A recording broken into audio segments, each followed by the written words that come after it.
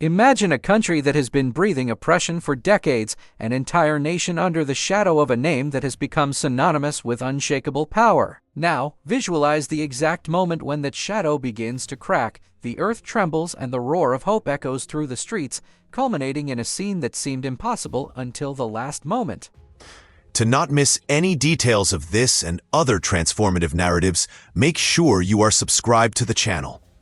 For many painful decades, the land of Togo had felt the crushing weight of a lineage of power that seemed immune to time and the will of its people.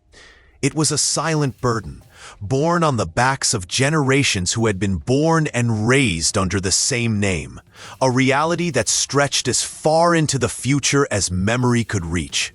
The air felt thick with stagnation, the promised progress never quite arriving, leaving a bitter sense of hope deferred. Daily life for many was a constant struggle, marked by uncertainty and the absence of a real voice in matters that directly affected their homes and communities. There was an imposed stillness in the squares and at meetings, a cautious silence that hid the growing discontent bubbling beneath the calm surface. Frustrations accumulated like fine dust on the soul of the nation, an invisible but palpable layer of resentment and a desire for something different, something more just. Stories of the past, of a time before family rule had solidified, were told in whispers, almost like myths from a different era. But even in those whispers, there was a thread of national pride and the memory that Togo had once glimpsed the path of self-determination, a seed that, though buried, was never completely eradicated from the fertile soil of collective memory. The yearning for change was not a sudden desire. It was a patient force that had matured over the years, nurtured by persistent inequalities and the realization that the country's future was locked in place. Parents looked at their children and wondered whether they, too, would inherit the same scenario, whether the cycle of unchanged power would continue indefinitely, stifling the potential of a vibrant and vital nation. There was, of course, a complex web of loyalties and dependencies that made open dissent dangerous and often unthinkable for most. Fear was a powerful tool, an invisible guardian that patrolled minds and silenced voices that dared to question or express a desire for an alternative path, maintaining the established order with a firm but not always visible hand. Yet amid the control and caution, ideas of freedom and justice continue to find underground ways to circulate, through informal channels, in half-lit conversations, or through media that manage to penetrate surveillance. Modern technology, even under restrictions, began to play a subtle role, opening small windows to the outside world and to the possibility that change was not just a dream, but an achievable reality elsewhere. Young people in particular felt a disconnect between their country's potential and its lived reality, carrying a restless energy that sought expression and purpose. They saw a world in transformation and wondered why Togo seemed stuck in time. And this perception generated a particular frustration, a justified impatience with the slow or non-existent pace of progress. Economic challenges, lack of opportunities for young people, perceptions of endemic corruption, and the absence of a true merit system contributed to a growing sense of hopelessness, which paradoxically also fueled the desire to seek solutions outside the existing framework. It was a painful paradox, hopelessness generating the energy to dream of a different future. Thus the stage was being set, not by a single event, but by a slow and steady accumulation of dissatisfaction, a discontent that was seeping into the foundations of society. The weight of the years was not only wearing down the patience of the people, but also, without many realizing it, eroding the apparent solidity of the power that had seemed so invulnerable for so long. It was a nation waiting, perhaps without knowing exactly what for, but with a deep and growing desire for a turning point, a moment when the breath held back for decades could finally be released in a collective cry for freedom and the right to build a future with one's own hands. The seed of change was planted, just waiting for the rain to begin to germinate and break through the soil. Then, as so often happens in human history, there was a moment, or perhaps a series of interconnected moments, that served as the unexpected spark, igniting the long, silent fuse of discontent that had been slowly burning beneath Togo. It might have been an individual act of protest that resonated, a particularly egregious injustice that was widely publicized, or the rise of courageous voices who decided to speak out when others were still whispering in fear. This spark need not be grand in itself. Its potency lay in its ability to strike a chord in thousands, perhaps millions of hearts that shared the same silent yearning. It was the catalyst that transformed individual frustration into a collective feeling, the spark that connected isolated experiences of oppression into a unified narrative of struggle for dignity and long-awaited freedom. The message of change, once launched, began to spread with astonishing speed, traveling by word of mouth through clandestine messages and finding an echo in minds and souls prepared by years of waiting. It was as if the words of hope had found fertile soil and were growing exponentially, breaking through the barriers of fear that had previously contained them so effectively and weaving an invisible web of solidarity across villages and towns. People began to organize, first in small, discrete groups, then in larger, bolder gatherings, overcoming the fear that had paralyzed them. There was immense risk involved in every step taken, in every word spoken openly, but the strength of shared purpose and the growing belief in the possibility of a different future began to overcome caution.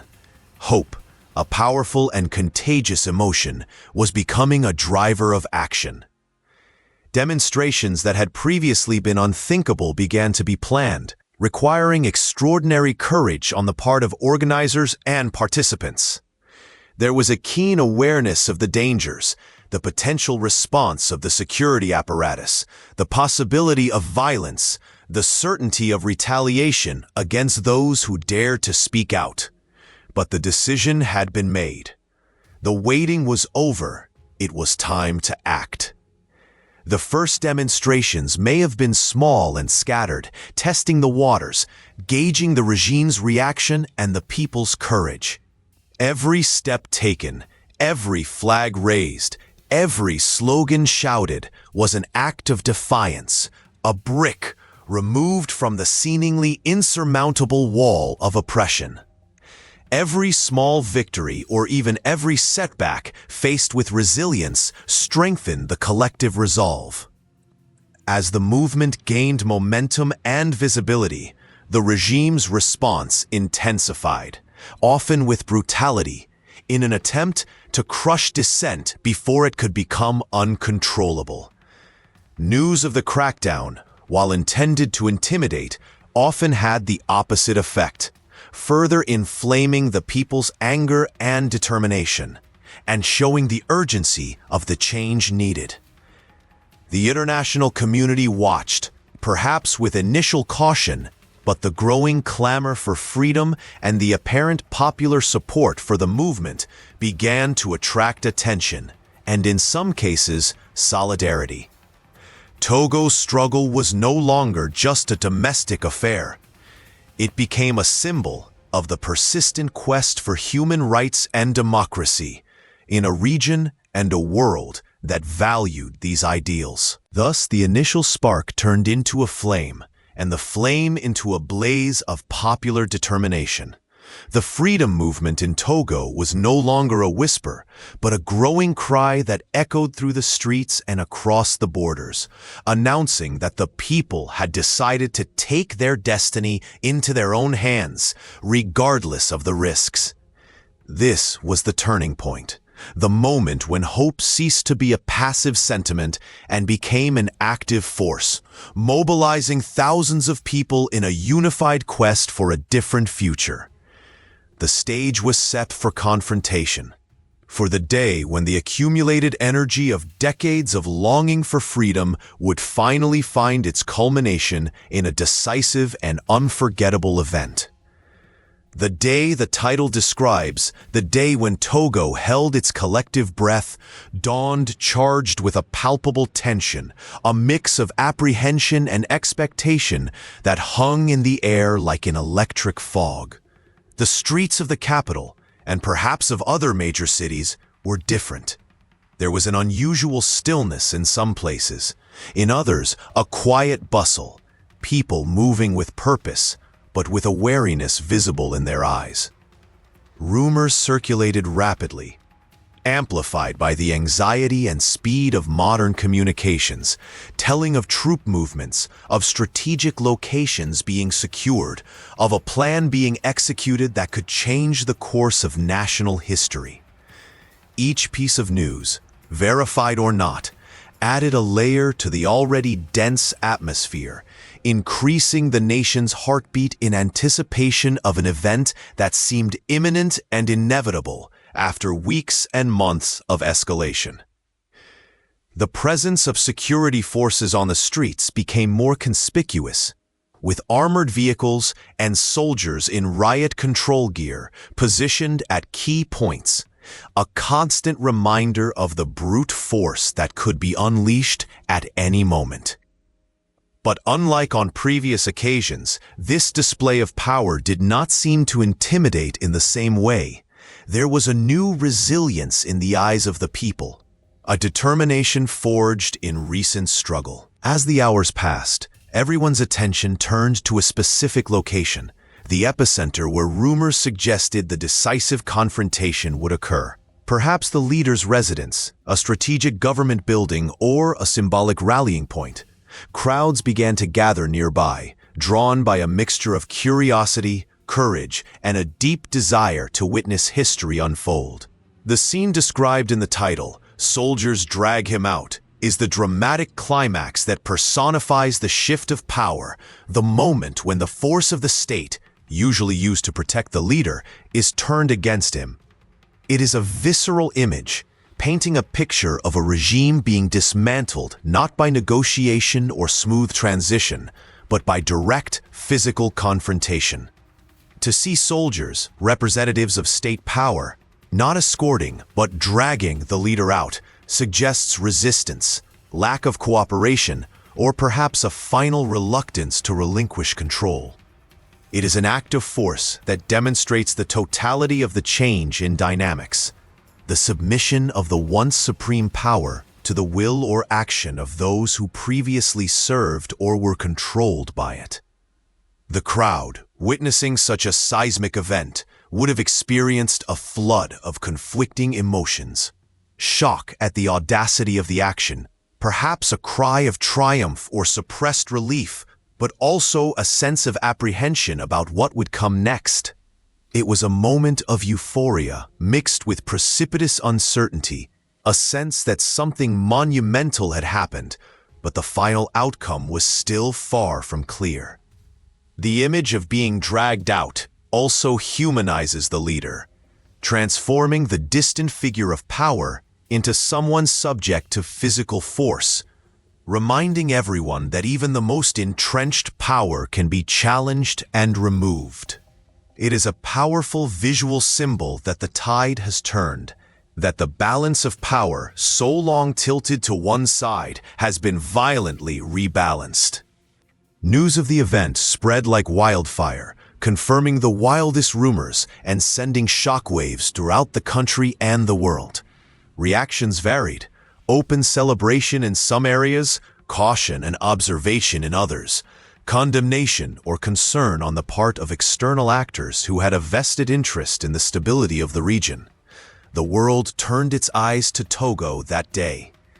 The day that began with tension culminated in an event of historic proportions, a moment that sealed the rupture with the past and opened an uncertain but potential path for the future. It was the day when Togo, acting on the spark that ignited hope, dared to carry out the most dramatic scene imagined by the yearning for freedom, marking the confrontation as the point of no return. With the dramatic event of the confrontation and the shocking scene described in the title having taken place, Togo entered a new and uncertain phase, the fragile dawn of a freedom so longed for and fought for.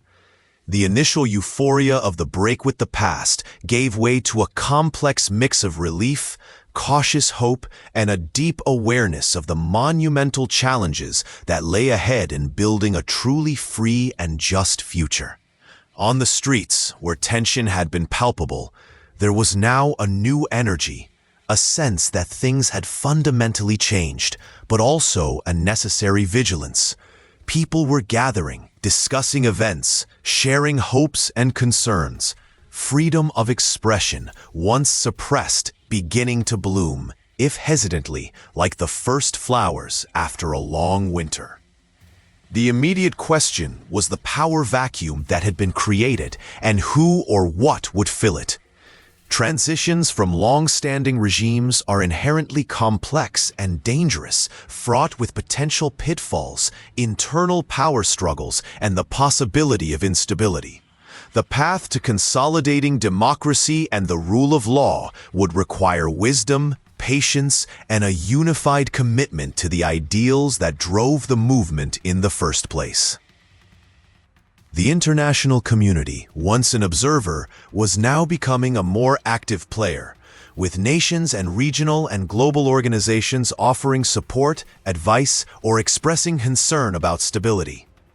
How Togo navigated this transition would be crucial, and the need for a careful approach that avoided further violence and ensured broad representation would be paramount to long-term success. Years of centralized rule and the weakness of democratic institutions meant that building a strong state responsive to the needs of the people would be a long and demanding process. It would require establishing independent justice systems, developing a free press, guaranteeing human rights, and creating an environment where the economy could thrive for the benefit of all citizens, not just an elite few. There would undoubtedly be remnants of the old regime and forces that would resist wholesale change, seeking to preserve their privileges or sow discord in order to regain influence. The ability of the new Togo to deal with these challenges, to promote reconciliation where possible, and to administer justice equitably would be a crucial test of its new identity. The struggle for freedom did not end with the confrontation and removal of the former leader. In many ways, it had only just begun. True freedom would mean more than the absence of oppression. It would mean the presence of opportunity, a voice for all, respect for diversity, and a government that serves the people and is accountable to them. The road ahead would be long and fraught with obstacles. There would be setbacks, frustrations, and moments when hope seemed to fade. But the memory of the day when Togo dared to stand up, when the unthinkable happened, and the weight of the years was so decisively challenged, would serve as a beacon. A reminder that change is possible when the people find their voice and their collective courage. The story of Togo in this hypothetical scenario becomes an inspiration, a testament to the power of persistence and the innate desire for dignity and self-determination. The dawn may be fragile, the road long, but the possibility of a brighter future forged by the hands of its own people was now on the horizon. And this is the story of a day that may have changed everything, the day the Togolese nation stood up for its freedom. To continue to follow the complexities of the struggle for freedom around the world and understand the forces shaping our present and future, subscribe to the channel now. Like this video if this story resonated with you, and share your thoughts in the comments below. What do you think is the greatest challenge for a nation in a moment like this? Your engagement helps spread these stories and build an informed, thoughtful community.